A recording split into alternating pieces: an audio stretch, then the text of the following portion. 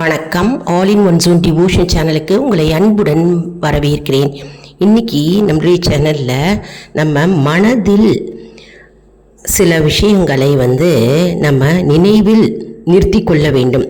சில விஷயங்களை நம்ம தெரிந்து கொள்ள வேண்டும். முக்கியமான சில விஷயத்தை நம்ம கவனிக்க வேண்டும் மற்றும் நம்ம கடைபிடிக்க வேண்டும்.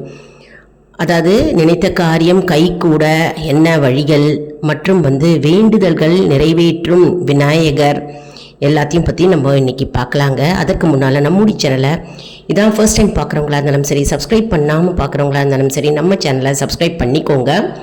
கூடவே அந்த பெல் பட்டனை ப்ரெஸ் பண்ணிக்கோங்க. ஆல் என்கின்ற ஆப்ஷனையும் ப்ரெஸ் பண்ணிக்கோங்க. அப்போ தான் நான் போடுற வீடியோஸ் எல்லாம் உங்களுக்கு உடனுக்குடன் நோட்டிஃபிகேஷனில் மிஸ் பண்ணாமல் தெரிய வரும். சரி, வாங்க இப்போ நம்ம வீடியோக்குள்ளே போகலாம். அதாவது நம்ம மனதில் நினைவில் நம்ம நிறுத்தி கொள்ள வேண்டும். மனதில் நம்ம வைக்க வேண்டும். நினைவில் நிறுத்துங்கள். இப்போது வீட்டை பூட்டி கொண்டு வெளியூர் செல்ல நேர்ந்தால் பூஜை அறையில் தனித்தனி கிண்ணங்கள் அரிசியை துவரம் பருப்பு அல்லது பயத்தம்பருப்பு வைத்த விட்டு செல்வது சாலச் சிறந்தது. இல்லத்தினுள்ள சுவாமியை பட்டினி போடக்கூடாது. அரிசி பருப்பு வைக்கணுங்க. வச்சுட்டு நம்ம போகணும் பூஜை அறையில். நம்ம வெளியூர் போகிறதா இருந்தால், எந்த ஊருக்கு போகிறதா இருந்தாலும், ஏன்னா வீட்டில் இருக்கிற சுவாமிகளை நம்ம பட்டினி போடக்கூடாது. மேலும் தினமும் தெய்வங்களுக்கு புஷ்பம் சாற்றும் போது முதலில் விநாயகருக்கு பூ சாற்றி விட்ட பின்னர் மற்ற தெய்வங்களுக்கு சாற்ற வேண்டும். முதல்ல விநாயகர் தான் எப்போவுமே நம்ம சேவிக்க வேண்டும். அவருக்கு தான் முதல் மதிப்பும் மரியாதையும் கொடுக்க வேண்டுங்க. முதல் வணக்கம் கொடுக்க வேண்டும். அதனால் நம்ம பூக்களை முதல்ல விநாயக பெருமானுக்கு வைத்து விட்டு நம்ம மற்ற தெய்வங்களுக்கு வைக்க வேண்டும். அடுத்தது, நினைத்த காரியம் கைகூட எளிய வழிபாடு என்ன அப்படின்னு பார்க்கலாங்க. அதாவது இது நினைத்த காரியம் கைகூடணும் அப்படின்னாலே நம்ம எல்லாருக்கும் ரொம்ப ஆவலாக காத்துக்கிட்டு இருப்போம் இல்லையா? அதுக்கு என்ன வழிகள், எளிய வழிகள் என்ன அப்படின்னு பார்க்கலாங்க. பூஜை அறையை சுத்தம் செய்து நடுவில் கோலமிட்டு அதன் மீது குத்து விளக்கினை ஏற்றி வைத்து ஒரு முறை விளக்கினை பிரதட்சணம் செய்து ஒரு முறை நமஸ்காரம் என்று 8 முறை செய்தல் வேண்டும். ஒவ்வொரு முறை பிரதட்சணம் நமஸ்காரம் செய்யும் போது அஷ்டலக்ஷ்மி ஸ்தோத்திரத்தில் ஒரு ஸ்லோகம் என்றவாறு 8 தடவைகள் சொல்லி வணங்கி வந்தால் நினைத்தது நியாயமான கோரிக்கை கைகூடும் என்பது ஐயமில்லை என்பது நம்பிக்கை. அதாவது கோலத்தை போட்டு குத்து விளக்க 5 முகமும் நம்ம ஏற்றலாங்க. நெய் ஊற்றி ஏற்றலாம். அப்படி இல்லைன்னா நல்லெண்ணெய் ஊற்றி ஏற்றி அஷ்டலக்ஷ்மி ஸ்தோத்திரம் நம்ம சொல்லணுங்க. ஏதாவது ஒரு ஸ்தோத்திரம் சொல்லிட்டு நம்ம பிரதட்சணமாக வரணுமோ. பிரதட்சணமாக 8 முறை நம்ம பிரதட்சணமாக 8 முறை நம்ம அந்த ஸ்லோகத்தை சொல்லிட்டு நம்ம நமஸ்காரம் செய்யணும். செஞ்சுட்டு நம்ம மனதில் அஷ்டலக்ஷ்மியை நினைத்து நம்ம என்ன வேண்டுதல்கள் இருக்கோ அதை நியாயமான கோரிக்கையாக இருக்கணுங்க. அதை நம்ம மனதால் வேண்டிட்டு நம்ம நமஸ்காரம் செய்ய வேண்டும். அப்படி செய்தால் நம்முடைய கோரிக்கைகள் அப்படியே நிறைவேறும் அப்படின்னு ஒரு கருத்து இருக்குங்க. அடுத்தது என்னன்னா, ஆமணக்கு இலை, பனை ஓலை இவற்றில் பறித்த பூக்களை வைத்தால் அப்பூக்கள் பூஜைக்கு ஏற்புடையதாகாது. ஆமணக்கு இலைனா என்ன? விளக்கெண்ணெய், விளக்கெண்ணெய் இலைன்னு சொல்லுவோம். ஆமணக்குனா விளக்கெண்ணெய். விளக்கெண்ணெய் இலை, பனை ஓலை இவற்றில் பறித்த பூக்களை நம்ம அப்பூக்களை பூஜைக்கு நம்ம பயன்படுத்தக்கூடாதுங்க. அதே மாதிரி நந்தியாவட்டை இலை இருக்கும் பார்த்தீங்களா? நந்தியாவட்டை சில பேருக்கு தெரிஞ்சிருக்கும். கிராமப்புறத்துலலாம் இருக்கிறவங்களுக்கு வெள்ளை கலரில் பூ இருக்குங்க. நந்தியாவட்டை இலை சிவபெருமானுக்கு ஏற்றதாகும்.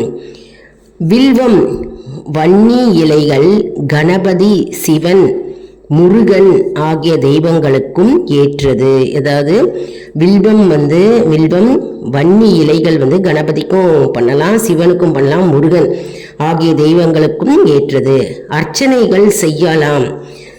துளசி ஐயப்பனுக்கும் மகாவிஷ்ணுக்கும் ஏற்புடையது. துளசி ஐயப்பனுக்கு மற்றும் மகாவிஷ்ணுக்கும் ஏற்றது. அடுத்தது, வேண்டுதலை நிறைவேற்றும் விநாயகர் யார் அப்படின்னு பார்க்கலாங்க. நம் வேண்டுதல் நிறைவேற வீட்டில் பூஜை அறையினுள்ள விநாயகர் விக்கிரகத்தின் முதுகு பக்கமாக விளக்கு ஏற்றி பக்தி ஸ்ரத்தையுடன் நம்பிக்கையுடனும் விநாயகரை வேண்டிக் கொண்டால் வேண்டுதல் நல்லபடியாக நிறைவேறும். விளக்கினை ஒரு மண்டலம் ஏற்றலாம். ஒரு மண்டலம்னா 48 நாளுங்க, அல்லது காரியம் பலிதமாகும் வரையில் ஏற்றி வரலாம். முதுகு பக்கம் விளக்கினை ஏற்றினால் விநாயகர் திரும்பி பார்த்து கோரிக்கைகளை முன்னதாக நிறைவேற்றி கொடுப்பதாக ஐதீகம். எப்படி சூப்பராக இருக்கு பாருங்க. இதெல்லாம் நம்ம முன்னோர்கள் கூறியிருக்கிறாங்க. அதாவது விநாயகப் பெருமான் உங்கள் வீட்டில் இருந்ததுன்னா, சிலை வடிவத்தில் இருந்தாருன்னா, அவர் பின்னால் முதுகு பின்னால் நம்ம விளக்கு ஏற்றணுமா, விளக்கு ஏற்றிகிட்டே வரணுமா. ஒரு மண்டலம் 48 நாள் விளக்கு ஏற்றிகிட்டே வந்தால் விநாயகப் பெருமான் நம்முடைய வேண்டுதல்களை அப்படியே நிறைவேற்றி கொடுப்பாராம். அதனால்தான் வேண்டுதல்கள் நிறைவேற்றும் விநாயகர்.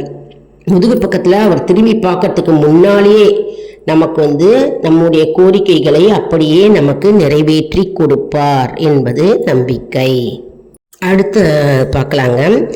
அக்னியை வாயினாலோ கையினாலோ இலை தழைகளினாலோ முரத்தினாலோ காற்று வீசக்கூடாது. இவைகளில் நான் வீசினால் வியாதியும் தரித்திரமும் ஆயுள் குறைவும் உண்டாகும். எனவே தனி விசிறி அல்லது ஊதுகுழல் கொண்டு விசிற வேண்டும்.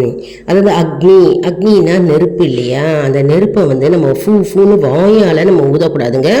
கையாலையும் நம்ம அணைக்கக்கூடாது. இலை தழைகளாகவும் நம்ம அணைக்கக்கூடாது. முரத்தில் கூட நம்ம வீசி விடக்கூடாதுங்க.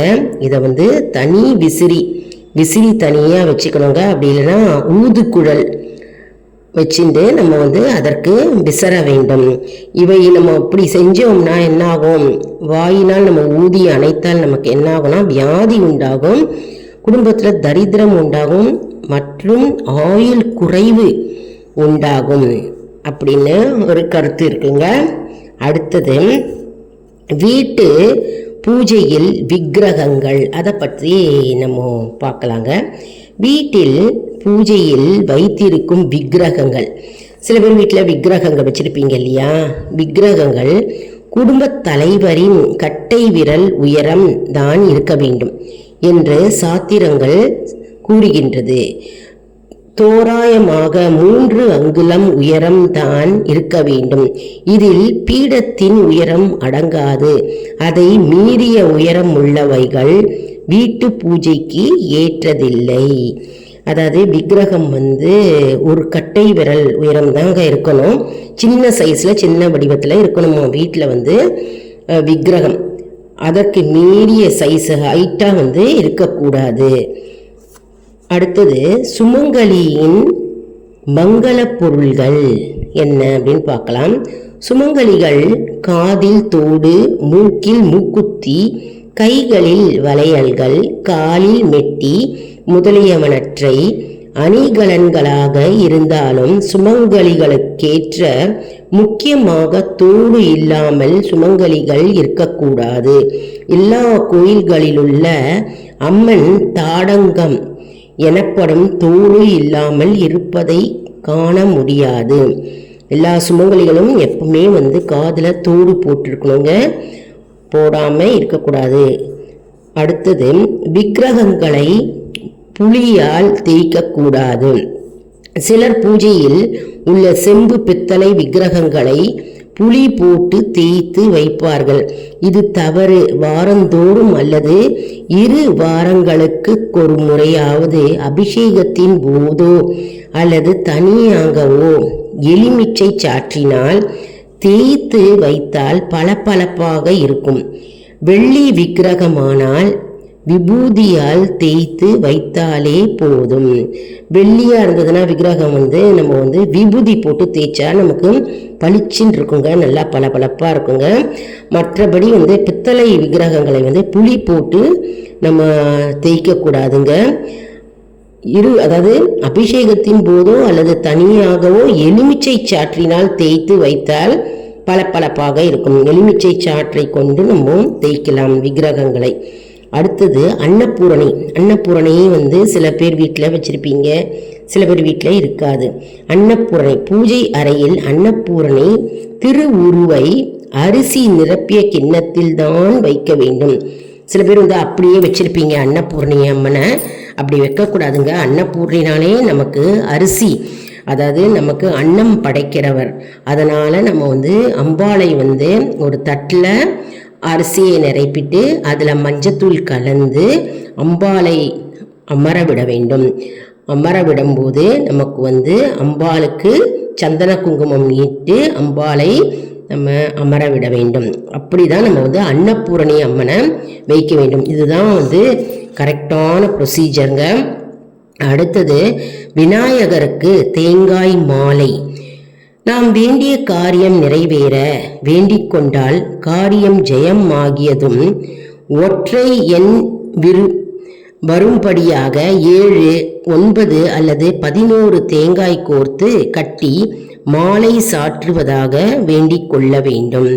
அதாவது நம்ம வேண்டுதல்கள் நிறைவேறட்டும் அப்படின்னு வேண்டிய பிறகு 7 தேங்காய், 9 தேங்காய், அப்படி இல்லைன்னா 11 தேங்காயை மாலையாக கட்டி நம்ம விநாயகருக்கு நம்ம கோர்த்து மாலையாக போடலாங்க. வேண்டுதல்கள் நிறைவேறிய பிறகு போடணும் அப்படின்னு வேண்டிக்கலாம். அப்படி இல்லைன்னா சில பேர் வேண்டுதல்கள் நிறைவேறட்டும் அப்படின்னு வேண்டிட்டு அவங்க சங்கடஹர சதுர்த்தி அன்னைக்கு அப்படின்னா சதுர்த்தி தினம் அன்று தேங்காய் மாலை போடுகின்ற வழக்கம் ஒன்று இருக்கிறதுங்க. அப்படியும் நம்ம போடலாம். அடுத்தது திருமணம் தட்டாமல் நடைபெற வராகி அபிஷேகம். இது என்ன அப்படின்னு பார்க்கலாங்க. எல்லா சிவன் கோயில்களிலும் ஸ்ரீ சப்த மாதர்கள் பிரதிஷ்டை செய்திருப்பார்கள் இல்லையா, அதில் ஸ்ரீ வராகி அம்மனும் உண்டு. வெள்ளிக்கிழமைகளில் ஸ்ரீ வராகி அம்மனுக்கு அபிஷேகம் செய்வித்து மஞ்சள் பாவாடை சாற்றி அர்ச்சனை செய்தால் நல்ல இடத்தில் விரைவில் திருமணம் நடந்தேறும் பாக்கியம் கிட்டும். ஆண் பெண் இருப்பாளரும் இவ்விதம் வழிபாடு செய்யலாம். அருமை பாருங்க. அதாவது சப்த மாதாக்கள் எல்லா சிவன் கோயிலையும் இருக்குங்க. அங்கே வாராகி அம்மனும் இருப்பாங்க. வெள்ளிக்கிழமை தோறும் வாராகி அம்மனுக்கு நம்ம அபிஷேகம் செய்யும்போது மஞ்சள் பாவாடை நம்ம வாங்கி சாற்றலாம். அர்ச்சனை செய்தால் நல்ல இடத்தில் விரைவில் திருமணம், ஆணுக்கோ அல்லது பெண்ணுக்கோ நல்ல இடம் தானாக வரும்.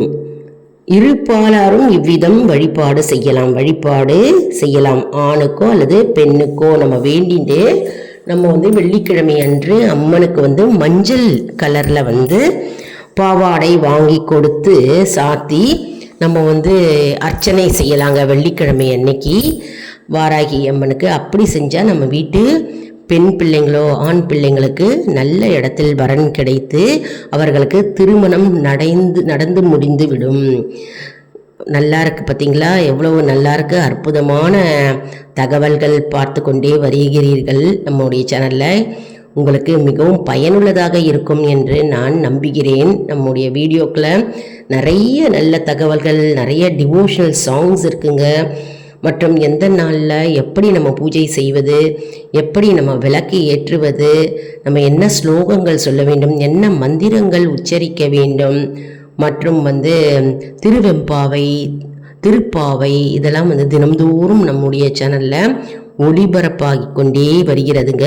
அதனால் நம்முடைய ஆல் இன் ஒன் ஜோன் சேனலை மறக்காமல் சப்ஸ்கிரைப் செய்து கொள்ளுங்கள். சப்ஸ்கிரைப் பண்ணுறது மட்டும் இல்லைங்க, பக்கத்துலேயே பெல் பட்டன் இருக்குங்க. அந்த பெல் பட்டனை ப்ரெஸ் பண்ணிக்கோங்க. அதை ப்ரெஸ் பண்ணிட்டீங்கனாலே ஆல்னு காட்டுங்க. ஆல்னு காட்டின அந்த ஆப்ஷனை ப்ரெஸ் பண்ணிக்கோங்க. அப்போது தினம்தோறும் உங்களுக்கு வீடியோஸ் உங்களுடைய வீடியோஸ் உங்களுடைய நோட்டிஃபிகேஷனாக உங்களுக்கு தெரிய வருங்க. அதனால் நம்முடைய சேனலை மறக்காமல் சப்ஸ்கிரைப் செய்து கொள்ளுங்கள். நிறைய பேருக்கு ஷேர் செய்யுங்க. உங்களுடைய ஃப்ரெண்ட்ஸு, ரிலேட்டிவ்ஸு எல்லாருக்கும் ஷேர் பண்ணுங்கங்க. அவர்கள் தெரியாதவங்களுக்கு இந்த நல்ல தகவல்கள் போய் சேரும்போது அவர்கள் பலனடைவார்கள் இல்லையா? அவர்கள் பலனடையும் போது நமக்கும் தானாகவே பலன் சேருங்க. அதனால் நிறைய பேருக்கு நம்முடைய வீடியோஸ் ஷேர் செஞ்சுக்கோங்க. மற்றும் ஆல் இன் ஒன் ஜோன் அன்பர்களுக்கு ஒரு அன்பான வேண்டுகோள்க. நம்முடைய கம்யூனிட்டி போஸ்ட்டில் கேள்வி பதில் நேரம் வருங்க. அந்த கேள்விகளுக்கு பதில் தாங்க. இதன் மூலம் நம்முடைய ஆன்மீக பயணம் எப்படி இருக்கிறது என்பதை நாம் தெரிந்து கொள்ளலாம் இல்லையா? இது சப்ஸ்கிரைப் செய்தவர்களுக்கு மட்டுமே தெரிய வருங்க. அதனால் நம்முடைய சேனலை மறக்காமல் சப்ஸ்கிரைப் செய்து கொள்ளுங்கள். அடுத்த வீடியோவில் வேறொரு தலைப்புடன் உங்களை சந்திக்கிறேன். நன்றி, வணக்கம்.